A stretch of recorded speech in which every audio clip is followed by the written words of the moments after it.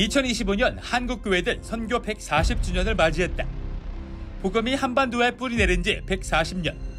그간 한국교회들 세계교회사에 다시 없애 큰 성장과 부흥을 이뤘다. 그러나 지금 한국교회는 위기 앞에 서 있다. 교회는 있지만 다음 세대는 없고, 설교는 넘쳐나지만 생명의 말씀은 사라졌으며, 신학은 깊어졌지만 교회는 메말라가는 시대. 한국교회의 회복과 개혁을 위해서는 무엇보다 본질로 돌아가야 한다는 목소리가 높다. 신학은 무엇이며 교회는 어떠해야 하는가? 신학은 학문이 아니다. 지난 2003년 백석대학교 설립자 장종현 박사가 주장한 이 말은 선언이자 교회를 향한 외침으로 20여 년이 지난 지금 더욱 주목받고 있다. 지식과 학문으로 강조되는 신학교육의 문제점을 극복해 복음의 능력이 있는 목회자를 길러낼 때 한국교회의 개혁과 부흥도 가능하다는 것. 한국교회 선교 140주년의 해. 신학은 학문이 아니라는 선언은 한국교회에 어떤 도전을 주고 있을까? 한국교회를 논어다에서는 교회개혁 특집 왜 신학은 학문이 아닌가 7부작 대담을 마련해 신학이 학문이 아닌 이유 7가지를 차례로 짚어보며 참된 신앙이란 무엇인지, 한국교회가 거룩함을 회복하고 신앙의 본질로 돌아가기 위해 나아가야 할 방향은 무엇인지 깊이 있게 분해본다.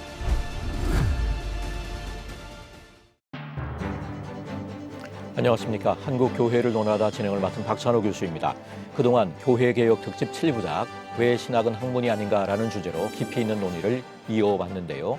오늘은 마지막 시간으로 왜 신학은 학문이 아닌가 7번째 이유인 학문으로는 하나님의 사랑을 깨닫고 실천할 수 없다는 주장에 대해 말씀 나눠보려고 합니다. 단순한 이론이나 개념을 다루는 자리가 아니라 하나님의 사랑이라는 주제를 두고 그 사랑이 어떻게 신학 속에서, 목회 현장 속에서, 그리고 우리의 삶 속에서 실제로 경험되고 전해질 수 있는가 짚어보고 신학의 본질, 신학교육의 방향, 그리고 사랑으로 역사하는 믿음까지 함께 성찰해보는 시간이 되기를 기대해 봅니다.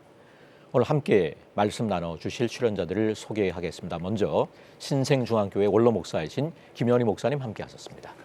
예, 반갑습니다. 성낙 성결교회 담임 목사이신 지영원 목사님 함께 하셨습니다. 네, 반갑습니다. 반갑습니다. 네. 그리고 백석대학교 조직신학 교수이신 이경직 교수님 함께 하셨습니다. 네, 반갑습니다. 네, 반갑습니다.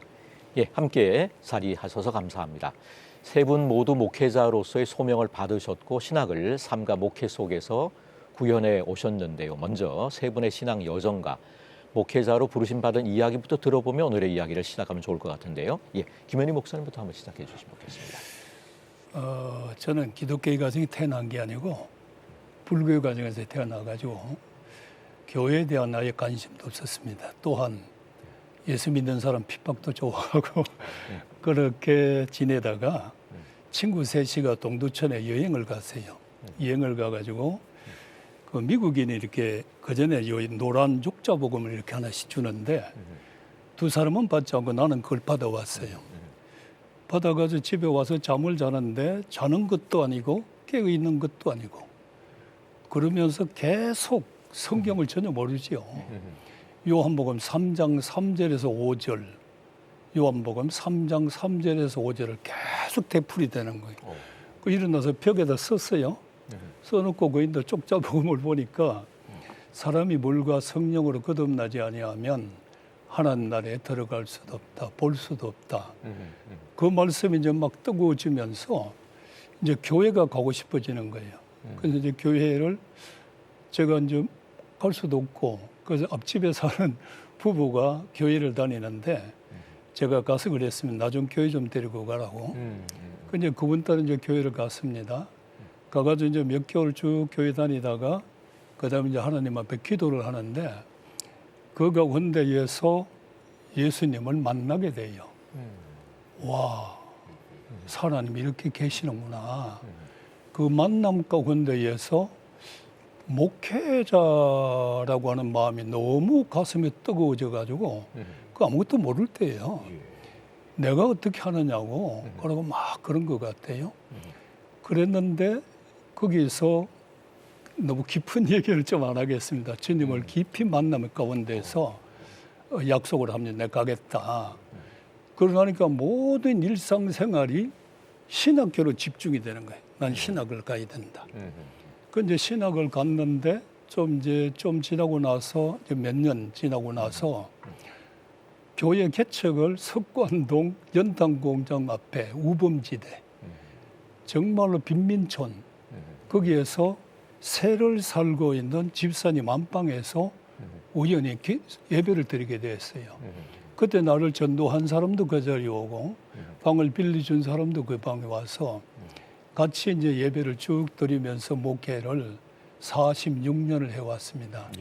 전도를 했던 그분도 지금 교회에 나오시고 방을 빌려줬던 그분도 교회에 나와서 전도사님이 되시고 남편은 장로님이 돼서 천국으로 가시고 그 가운데 46년 동안 뒤돌아보면 내가 한 게 아무것도 없는 것 같아요. 하나님이 그 때에 따라서 붙잡아 주셨고 역사해 주셔서 46년 목회를 아주 행복하게 마치고 지금 원로 목사가 됐습니다. 신앙에 전혀 관심이 없는 그런 상태였는데 예. 선교사님이 나눠준 쪽복음을 받고 그러면 전도를 받은 다음에 교회를 개척한 시간은 얼마 정도 걸린 거의 겁니까? 한 3년 정도 3년 정도 돼서 바로 교회 개척할 때도 예. 부교육도 안 해보고 아하. 아무것도 몰랐어요. 예. 그러니까 오직 하하. 방금 말씀드린 대로 예. 하나님이 나를 쓰신 거예요. 그 쓰임 받음에 대해서 행복했어요. 지금도 감사하고. 하나님의 관건적인 어떤 역사하심이 예. 그런 간증인 것 같습니다. 예, 지원 목사님께서도 한번 나눠주시면 좋겠습니다. 목사님 말씀 들으니까 하나님께서 강권적으로 부르셨군요. 예. 제가 목사님하고 같은 점은 저도 일대 신앙입니다. 저희 부모님 두 분 6.25 때 평안도 분이신데 월남하셔서 근데 예수 안 믿으셨고요. 저희 형제간이 4남매인데 그중 제가 장남이죠. 근데 고등학교 1학년 때 1974년에 동네 교회 나갔습니다.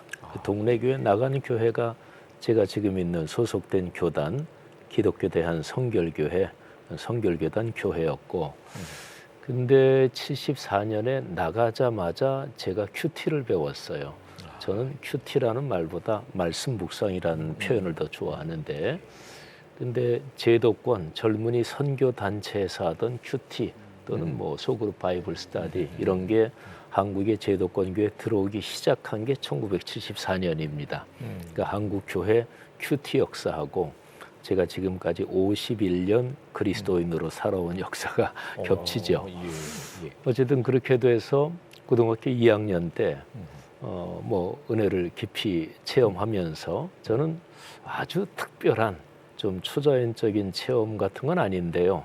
뭐 말씀 묵상하면서 은혜 체험해서 그래서 신학 공부했고 그래서 신학대학 들어가서 뭐 중간에 한번 우여곡절이 있었습니다. 대학교 4학년 1학기 때 뭐 데모 주동하다가 잘려가지고 군대 원래 군목 후보생이었는데 군대 박탈당하고 사병으로 군대 갔죠. 근데 군대 가서 이런저런 생각하면서 신앙 자체 회의가 온 건 아닌데요.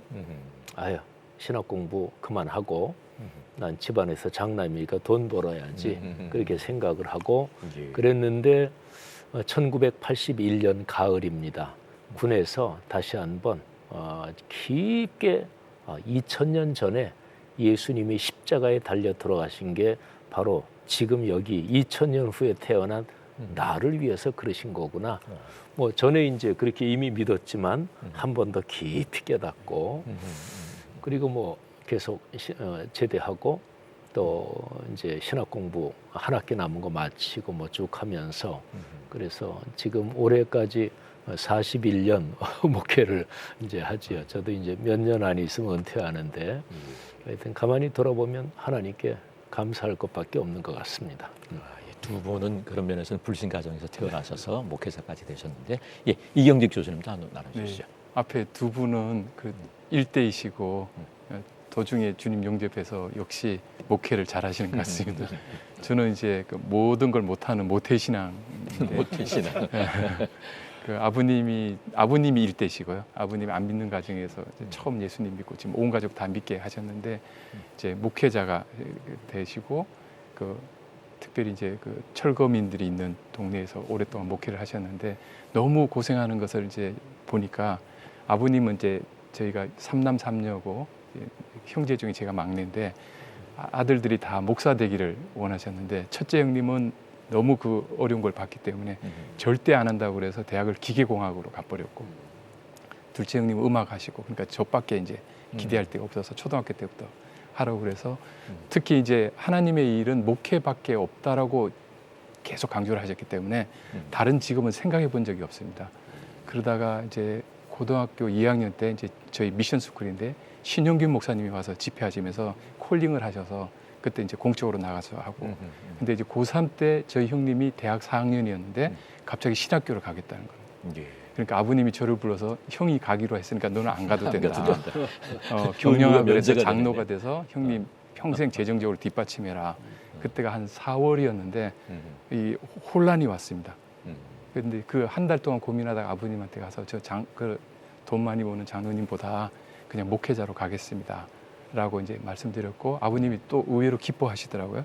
그래서 그때가 아버님의 소명이 아니라 저의 소명으로 이제 확인되는 시간이었고 대학 1학년 들어와서 선교단체에 갔는데 하나님의 부르심은 모든 직업과 관련된다는 배움을 받고 좀 또다시 혼란이 왔는데 그걸 통해서 다시 한번 다지고 그러면서 정말 당신이 철학을 하면 신학에 도움이 된다고 그래서 준비를 철저히 해야겠다고 해서 독일의 철학까지 박사를 받으러 가면서 약간 멀어질 뻔 했는데 백석대에서 그때 기독교 철학 전공 교수를 이제 뽑을 때 제가 면접장에서 백석대학교 설립자이신 장종현 총장님께서 마지막에 신대원 공부를 하겠느냐고 물으셨는데 그때 제가 하나님의 음성을 들은 겁니다.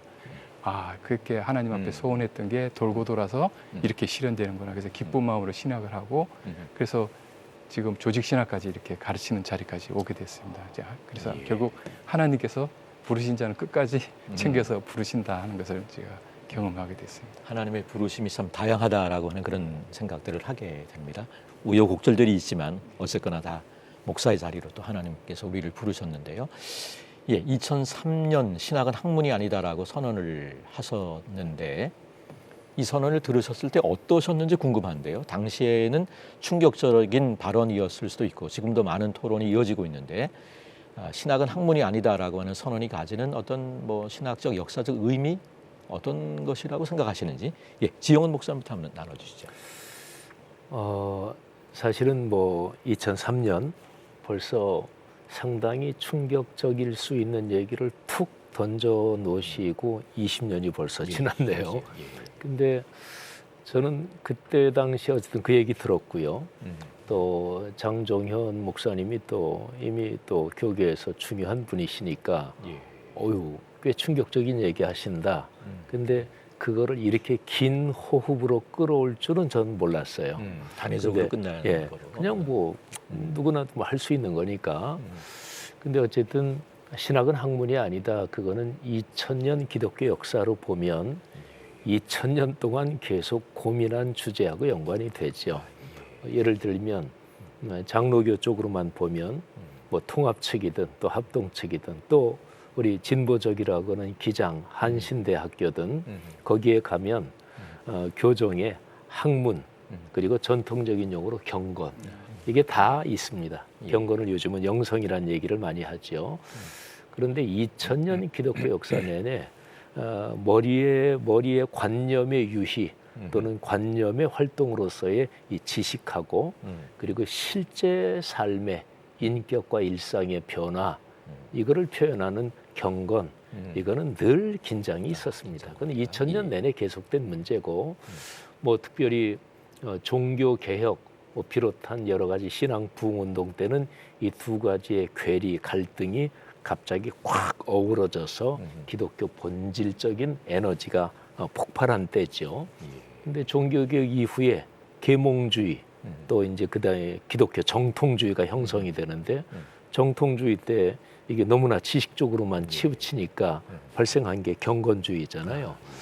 그러니까 기독교 2000년 역사 내내 갈등하던 주제를 장종현 목사님이 오늘날 우리 한국 이 신학계 현황을 보면서 이게 지식으로서만 신학이 너무나 치우친다, 문제다 하고서 그 명제를 던지셨다고 저는 그렇게 생각합니다.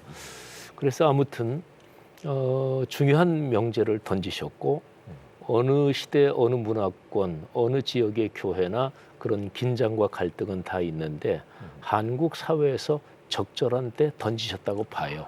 그리고 이만큼 긴 호흡으로 이끌어오신 거 참 고마운 일이고 하여튼 좋은 열매가 되고 또 더 좋은 결과가 있으면 좋겠습니다.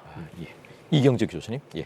네, 아까 말씀드린 것처럼 제가 신학을 좀 늦게 했지 않습니까, 학교에서. 그래서 그때가 MDB하고 이렇게 좀 할 무렵에 말씀을 하셨거든요. 그래서 저는 이제 신학을 뒤늦게 접했으니까 그냥 학자들이 모여서 학회도 하고 토론도 하니까 아, 학문적 성격이 똑같이 있나 보다. 이렇게 이제 생각을 하고 있던 차에 이 말씀을 하셨고, 그래서 도대체 신학의 본질에 대해서 다시 한번 깊이 생각해 보는 계기가 됐습니다. 그런데 그때 당시만 해도 이게 워낙 충격적이어가지고 옆에 다른 학교나 이렇게 교수님들이 좀 냉소적인 분도 있고 좀 부정적인 분도 있고 이제 그랬던 기억이 납니다. 제가 이제 왜 이 말씀이 왜 중요할까 생각해 보니까 아까 말씀하신 것처럼 목회학 석사 과정이 이제 교육부 인가를 받은 후에 이제 소위 이제 외국 유학도 가고 학적인 부분을 많이 그전에 경건이 강조됐다면 학문 쪽이 강조되면서 이게 균형이 깨져 버린 것 아닌가. 그래서 전에는 기도도 그렇게 많이 했었는데 제가 이제 강의실에서 저도 직접 배워보고 또 가르쳐 보기도 하면서 느끼는 게 전에는 이렇게 강의실에서 경건이라든지 기도 이런 거를 강조했다면 이제는 수업 마치고 산기도 가는 학생보다 도서관에 가서 책을 이만큼 두꺼운 걸 잘 읽고 레포트 잘 쓰는 학생이 평가를 받고 우수한 학생으로. 그래서 학생들의 모델이 장차 현장 목회자가 아니라 저 신학 교수처럼 훌륭한 학자가 돼야지 라고 하는 롤 모델이 바뀐 것부터 큰 문제가 아마 발생하지 않았을까. 그 신대원의 기본적인 목표는 목회자 양성인데 신학자 양성이 아닌데 그 초점이 바뀌어지면서 그 몇 자리에 없는 그 신학자의 모델로 다 가면서 그 틀로 목회를 하니까 목회 현장이 어려워지기 시작한 것 아닌가라는 생각을 하게 됐습니다. 그래서 이 신학은 학문이 아니다는 이 선언은 한국의 신학 교육의 방향을 바꾸는 이런 역사적인 의미가 있다고 생각을 하고 특별히 그 신학의 본질을 회복하는 그런 운동이라는 점에서는 굉장히 신학적 의미도 크게 있다고 저는 생각을 하고 있습니다. 예, 감사합니다. 예, 김현희 목사님. 이제 목회를 하면서 제일 제 생각도 늘 나는 신학을 좀 많이 배워야 되겠다. 그리고 신학 교수가 한번 되고 싶다. 그것이 굉장히 목회는 그 꿈을 버리지를 못했어요. 그래서 이제 신학을 공부를 하고 또 여기 가서도 공부도 하고 제 신학교 3군데를 다니면서 공부를 했는데 그 우리 백석가 아신대 이런 데 다니면서 공부를 하고 그러면서 또 한국의 유명한 목사님들 또 신학자들을 찾아다니면서 세미나도 많이 듣고 했는데 그러면서 이렇게 가다 보니까 목회가 부흥이 되는 것이 아니고 자꾸 목회가 내 자신이 자꾸 주저앉는 것 같아요. 그래서 기도하다가 신학 가지고 목회하는 게 아니구나. 신학은 배우면 배울수록 성경을 말씀의 역사가 일어나게 만들고 신학을 배우면 하나님의 역사가 이루어지게 하고 신학을 배우면 신학 성경 안에서 생명의 역사를 이끌어 나가는 게 아니구나라고 하는 것을 생각하는 차에 목회에 좀 이제 갈등이 왔어요. 이게 신학을 나는 하고 싶은데 목회는 주저앉는 거예요. 또 내 자신도 자꾸 사명이 소진되는 느낌을 느끼는 거예요. 그때서 신학은 신학 가지고 하나님의 사랑을 다 알 수 없다. 그러면 강단에서 하나님의 말씀을 증거할 때 예수님의 하나님의 사랑을 증거해야 되는데 신학 가지고 그 사랑을 다 알 수가 없다. 그리고 두 번째는 이 신학 가지고 목회가 되는 게 아니구나. 그래서 그때에 2003년도죠, 그죠? 우리 설립자님께서 신학은 학문이 아니다. 라고 하는 게 제 마음에 크게 와닿는 거예요, 이제. 그래서 그럼 신학이 학문이 하면 뭘까? 스스로가 숙제를 못 푸는 거예요. 신학은 학문이 아니다라고만 딱 들으니까. 그 다음에 이제 공부를 하게 되니까, 신학은 정말로 이 신학 가지고 하나님의 말씀을 이렇게 가리면 안 되는구나. 신학으로 하나님 말씀을 펼쳐야 되고 성경에서 생명의 말씀을 펼쳐 나가야 되고 신학을 공부하면서 성경이 복음, 복음은 예수님, 예수님은 생명, 생명을 전하는 것이 신학과 복음으로 함께 가야 된다라고 생각을 많이 했습니다. 그러면서 지금도 공부하고 있습니다. 아, 예. 한국 교회를 논하다 한국 교회 개혁 특집 7부작의 마지막 시간을 함께 하고 계신데요.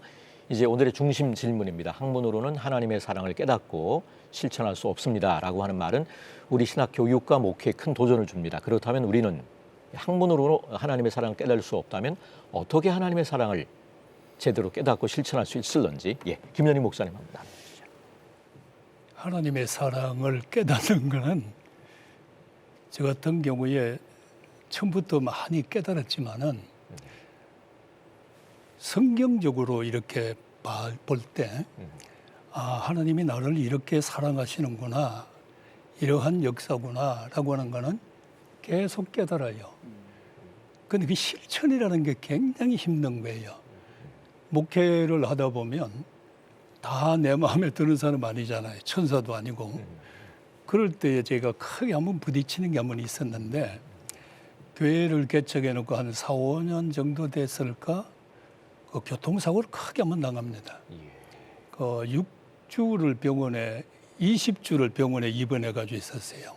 그래서 소대반을 다 받아내면서 교인이 이제 한 7, 80명, 100여 명 가까이 올라갔을 때 한참 재밌게 하다가 6개월을 병원에 있으니까 이 목회가 안 되잖아요. 그 가운데 어떤 문제가 생긴 동안에 부교육장분이 한 분이 계셨는데 교회 바로 옆에 가서 개척을 한다는 거예요. 그럼 이제 교인이 막 떨어져 나갔는데 이제 다 각이 생겼어요, 그쪽으로. 그래서 12월 달에 목발을 짚고 병원에서 퇴원을 해가지고 6개월 병원에 있던 사람 같으면 보식도 좀 하고 해야 되는데 기도만이 살 길이다. 내가 기도 안 하면 죽는다. 기도 안 하면 교회도 문 닫는다. 기도만이 살 길이다. 그런 마음이 너무 또 그렇게 오는 거예요. 그래서 아침 4시에 나가서 아침을 금식하고 12시까지 하루 8시간씩 40일 작정 기도를 했어요. 부러진 다리 붙잡고 목발 짚고 그 창고 같은 교회에서 엄청 춥죠. 뭐. 달달 떨어가면서 그럴 때마다 기도만이 살 길이다. 그런 기도를 계속 하는 가운데에서 하나님이 불쌍하게 여기사 십자가 예수님을 쫙 이렇게 음성이 들리고 환상이 보이는 게 아니고 그 역사가 마음에 확 와닿는 거예요. 아, 예수님은 피 흘리시기까지 이 나같이 별 볼 일 없는 사람을 목회자를 세우시기까지 나를 엄청 사랑하시는구나. 그 6개월 동안 병원에 있는 것도 내가 뭐 잘못해서 징계받았나? 믿음이 어리니까 훈련을 시켜주셨구나. 그 가운데에서 바람아 파도야 잔잔하라고 하는 음성이 너무 강하게 오는 거예요. 그리고 나니까 그 다음에 그래서 내가 굉장히 많이 울었는데 너가 싫어하는 그 사람을 나는 지금도 십자가에서 물과 피를 다 쏟기까지 내가 싫어하는 그 사람을 사랑하고 있다. 내가 너에게 양을 맡길 때는 사랑하라고 맡기지 싫어하라고 맡기지 않았다. 암딸기 병아리를 품듯이 품어주라. 그러고 너무 많이 울었어요. 그리고 났는데 그 이튿날 되니까 교회가 잠잠해지는 거예요. 바람과 파도가 잔잔히 순식간에 잔잔해지는 거예요.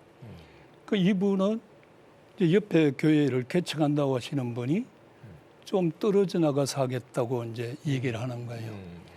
그때 교회의 보증금이 월세인데 400만 원이었습니다. 그리고 한 달에 월세 30만 원씩 내는데 주인을 찾아갔어요. 내가 이렇게 이래서 100만 원이 꼭 필요하니까 보증금에서 100만 원을 좀 돌려줄 수 없냐 그러니까 젊은 사람이 너무 열심히 하는 거 보니까 내가 주겠다. 그래서 그 100만 원을 받아가지고 그 부교육자님 개척하는 데 갖다 100만 원을 줬어요. 근데 100만 원을 주니까 그분이 지금 목회 잘하고 있습니다.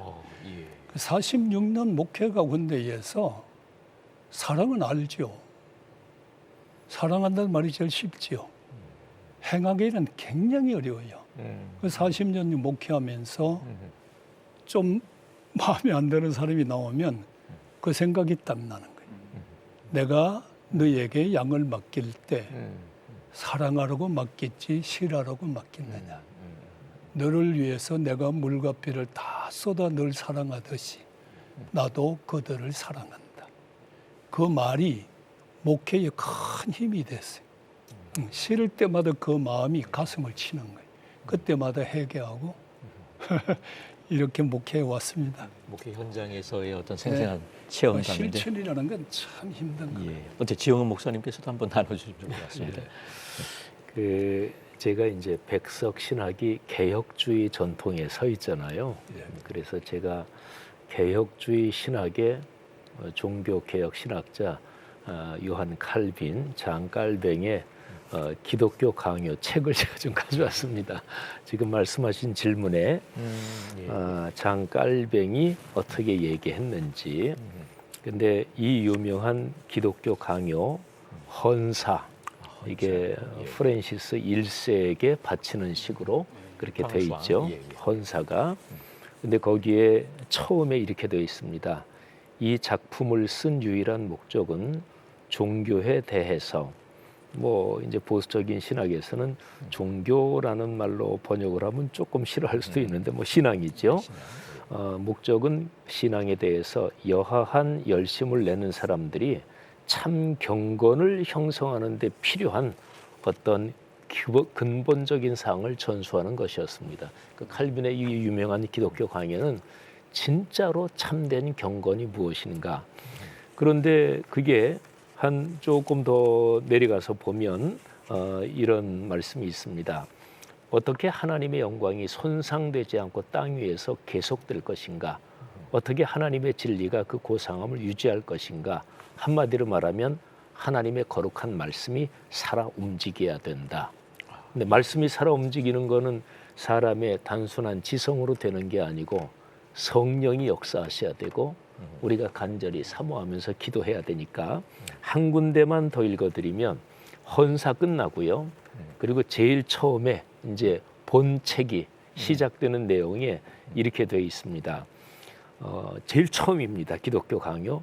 거룩한 교리에 관한 전체 개요 대강은 하나님을 아는 지식과 우리 자신을 아는 지식 두 부분으로 이루어진다. 그러니까 신학이라는 말, 아까 우리 교수님 말씀해 주셨습니다마는 테오스 로고스, 그러니까 하나님에 대한 지식, 하나님에 대한 가르침, 이게 신학의 본질적인 뜻이잖아요. 신학의 제일 첫 번째 내용은 하나님이 어떤 분이지? 근데 그건 우리가 아는 게 아니고 하나님이 주신 계시로 우리를 찾아오신 사람 몸을 입으신 하나님이신 예수 그리스도로.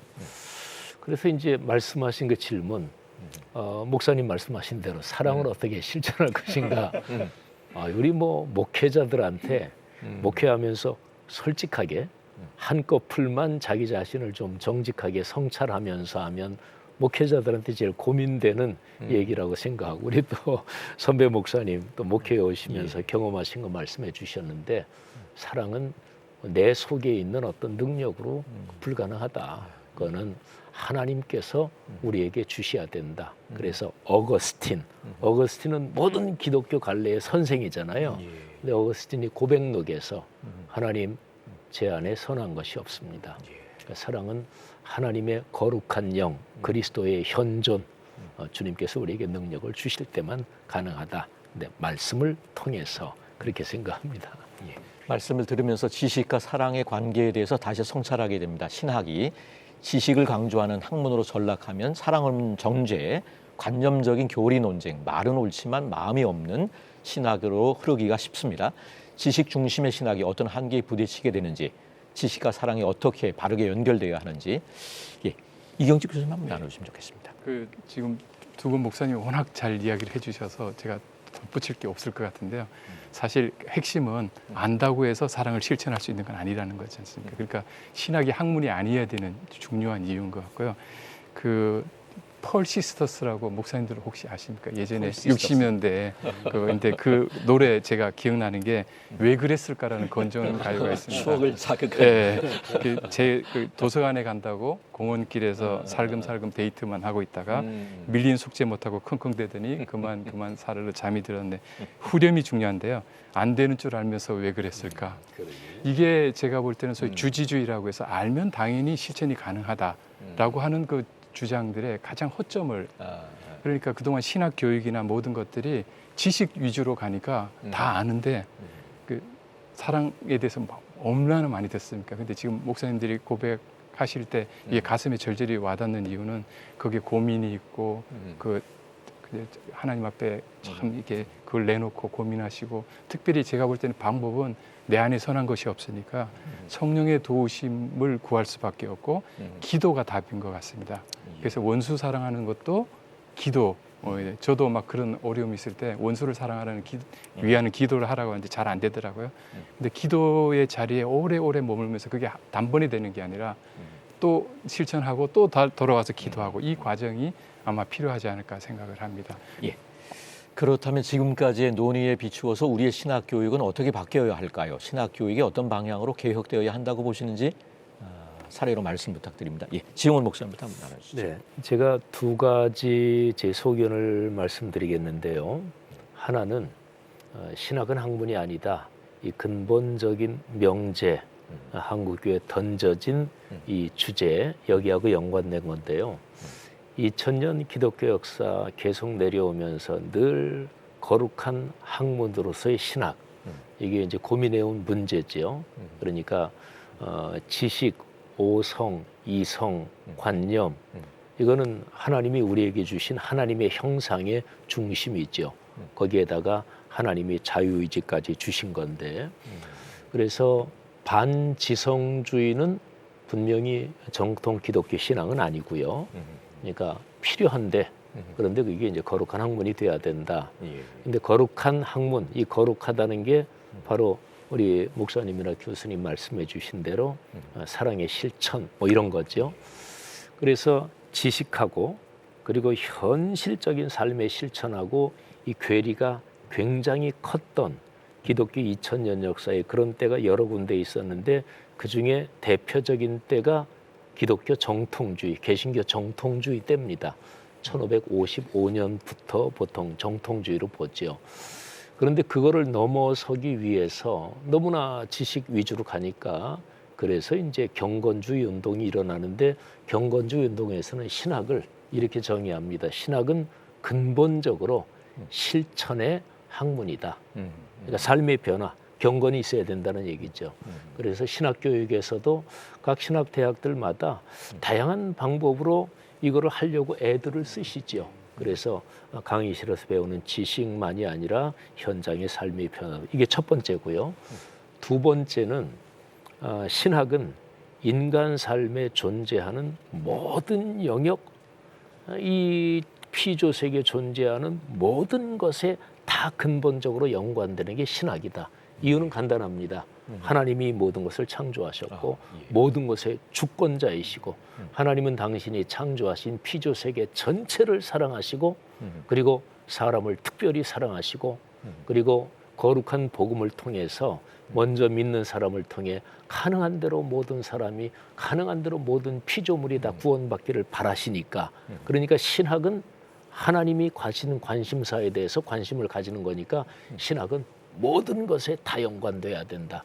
그렇다면 오늘날 40여 년 동안 계속 가속 페달을 밟아오면서 인류를 먹여 살린 신자유주의 경제 구조가 수명을 다했는데, 그럼 앞으로 사람은 뭐 어떻게 먹고 살아야 되느냐, 이거 신학이 다루는 주제가 돼야 되고, 전 세계적으로 보수 진보의 갈등이 전 세계적으로 극심한데, 그러면 오늘날의 사람 사는 정치 사회적인 문제를 신학은 어떤 관점으로 봐야 되고, 그러니까 근본적인 문제 관점을 가지고 모든 것을 다 다뤄야 된다. 그래야 기독교 신학이 거룩한 신학으로서 사람을 구원하고 하나님의 거룩한 섭리에 순종할 수 있다. 그렇게 생각합니다. 예. 이경직 교수님. 네, 그 개혁지 생명신학, 그 신학의 학문에 아니다 관련해서 중요한 게 사실 문제의 제기가 한국 교회 문제는 목회자의 문제이고 목회자의 문제는 신학 교육, 신학자들의 문제고 신학자의 문제는 신학교 운영하는 분의 문제라고 지적을 하셨는데요. 그 신학 교육의 방향이 조금 바뀌어야 되지 않을까. 그래서 그동안은 아까 지식 위주로 하다 보니까 신대원에서 점수 채점하는 게 다 얼마나 많이 지식을 알아서 쓰느냐, 레포트를 잘 쓰느냐인데 그 신대원생이 얼마나 기도를 많이 했는지, 얼마나 성경을 많이 했는지, 얼마나 사랑을 실천했는지는 정량적으로 잡히지가 않습니다. 그래서 평가, 대입 입시 제도를 바꾸면 중고등학교 교육이 바뀌듯이 신대원에서 평가 제도가 조금 이렇게 지식 위주의 교육에 대한 평가가 아니라 아까 말씀한 경건이라든지 하나님과의 깊은 관계라든지 그 실천적인 부분에 초점을 맞춰서 좀 정성 평가를 하고 상대 평가가 아니라 절대 평가를 좀 하는 방식으로 가서 정말 신학 교육이 본질을 회복할 수 있도록, 그래서 학문으로 가르쳐지는 게 아니라 정말 생명의 복음으로 가르쳐질 뿐 아니라 그대로 순종하고 살 수 있는 것을 바로 거기서 3년 동안 훈련받도록 좀 바뀌어야 되지 않을까 생각을 합니다. 예. 어느덧 한국 교회를 논하다 교회개혁 특집 7부작을 마무리할 시간인데요. 이번 7부작 시리즈 전체를 돌아보며 한국 교회가 나아갈 길에 대해서 김현희 목사님께서 마지막 마무리 겸해서 말씀해 주시고 마무리하면 좋겠습니다. 제가 목회를 오래 했으니까 교회 중심에서 한 번 더 말씀을 드리고 싶습니다. 오늘날의 개혁 굉장히 많이 부르짖습니다. 또 개혁 신학도 부르짖고 실상 목회자 자신은 계획을 못하고 있는 거예요. 내가. 그게 문제라고 생각을 해요. 그러니까 목회자 자신도 개혁에 대한 책도 보고 신학도 보고 다 하는데 자신이 계획을 못하는 거예요. 그러니까 교회도 변화를 못 시키는 거예요. 그렇기 때문에 제 생각은 개혁주의 생명신학 안에서 제2의 종교개혁이 일어나야 된다. 그거는 뭘 새롭게 막 만드는 것이 아니고 마틴 루터가 5대 솔라를 말하듯이 그리 다시 돌아가야 된다. 성경으로 돌아가야 되고 교회가 은혜로 돌아가야 되고 오늘날에 뭘 하고 나면 내가 잘한 거지 하나님 은혜를 잊어버리고 사는 것 같아요. 그리고 굉장히 믿음이 좋은 것 같은데 실상은 성경을 안 믿어요. 성경으로 돌아가야 돼. 은혜로 돌아가야 돼. 그 믿음이 말씀과 성령의 능력 안에서 이루어지는 믿음으로 다시 돼야 된다. 그 다음에 생각은 오늘날에 교회 설교를 많이 들어봅니다. 저도 많이 했고요. 뒤돌아볼 때 내가 가장 부족함이 뭐냐. 예수님이 남아야 되잖아요. 예수잖아요. 오직. 근데 성경에 설교 들어봐도 내가 설교할 때도 예수님이란 말 한마디 안 하고 넘어갈 때 있어요. 이게 개혁돼야 돼, 강단에. 그리고 뭐 잘하면 내가 직분, 명예 가지고 내 알을 나타내면서 주님의 영광을 가로막을 수도 있다. 그러니까 마지막 하나님의 영광을 위해서 제2의 마틴 루터 솔라로 계획을 해야 된다. 그러면 교인들은 어떻게 해야 될 거냐? 오늘날에 내가 그렇게 되어 교회를 그렇게 한다고 하면은 우리가 7대 운동이 있어요. 7대 운동이 첫째 뭡니까? 예배를 살아야 돼요. 교회 예배가 되게 죄송합니다. 굉장히 시끄럽게 하는 것 같은데도 진정한 영과 진리로 하나님을 내 몸과 마음과 생명과 뜻을 다하는 예배가 되고 있는지 달라고만 하는 건지. 그렇다 보니까 한국 교회에 나부터 문제가 생기면 이걸 해결해 달라고 기도를 많이 해요. 근데 바울 같은 경우는 이렇게 보면은 다 이 문제를 피하는 게 아니에요. 나에게 능력을 줘서 예수님의 능력으로 문제를 해결해야 되는데 교인들이 자꾸 해결만 해달라고 하다 보니까 교인들의 마음이 허전하고 떨어지는 거예요. 그래서 성경으로 돌아가야 된다. 성경을 정말로 뜨겁게 말씀 운동을 하고 그 다음에는 강단에서부터 저부터 기도가 줄었어요.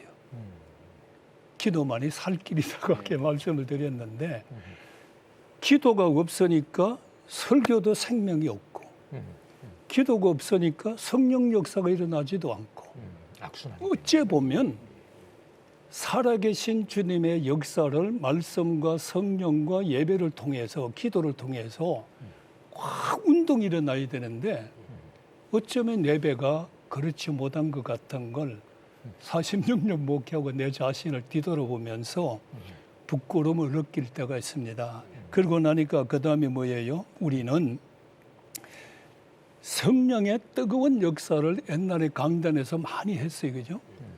근데 강단에서 성령의 역사가 점점 줄어들어요. 근데 기독교 신문 같은 데 보면 성령의 역사를 일으켜야 된다. 다시 초대교회로 돌아가야 된다. 많이 외치는데 요새 신학교에서 졸업하는 부교육자님들을 교회에다가 모시고 보면은 성령이 먹고 그래요. 기도하려면 기도도 5분 남았다 하는 것 같아요. 좀 미안스럽게. 그래서 우리 교회 후임자에게는 성령 운동을 강하게 해라. 그리고 나면 거기서만 뜨고 있을 게 아니고 7대 운동 같이 내 자신이 성결함을 보이라. 이게 참 제 자신 안 되는 소리 지금 합니다. 성결함을 보이지를 못해 강단에. 목사님 말씀하듯이 신학이고 성경에서 예수님을 따라가는 거룩을 볼 수가 없어요. 목사님들도 교인들도 소리 지르면 잘하는 사람이. 그리고 나니까 그 다음에는 제자화를 못 시키는 거예요. 그걸 어디서 보는가 하면은 내가 예수님의 바른 제자가 되지를 못하니까 제자화 공부만 가르치는 거예요. 그러니까 지적인 공부는 아니죠. 제자화가 안 되는 거예요. 그러고 나니까 그 다음에 우리 7대 운동 가운데 성교인데 오늘날에 성교보다는 안일주의요. 내 교회가 잘 되면 안 돼. 물론 내 얘기하는 겁니다. 이런 데 빠져 있기 때문에 제2의 종교개혁이 일어나야 된다. 교인들을 움직여야 된다. 그렇지 못하면 한국 교회는 악순환이 신앙만 부르짖다. 악순환은 계속될 거다. 그래서 개혁주의 생명신학이 저는 목회자도 살고 교인도 살고 교계도 산다라고 생각을 하고 있습니다. 한국 교회를 논하다 오늘은 신학과 신앙 그리고 사랑의 본질에 대해 짚어보며 학문으로는 하나님의 사랑을 깨닫고 실천할 수 없다는 사실을 다시 한번 확인했습니다. 신학이 이론이나 사변에 머무르지 않고 생명을 살리고 교회를 세우는 도구가 되기 위해서는 사랑이 그 중심에 있어야 할 것입니다. 7부에 걸친 교회개혁 특집을 통해 한국 교회가 복음의 본질로 돌아가기를 간절히 바라며 오늘 순서 여기서 마칩니다. 함께해 주신 여러분 고맙습니다.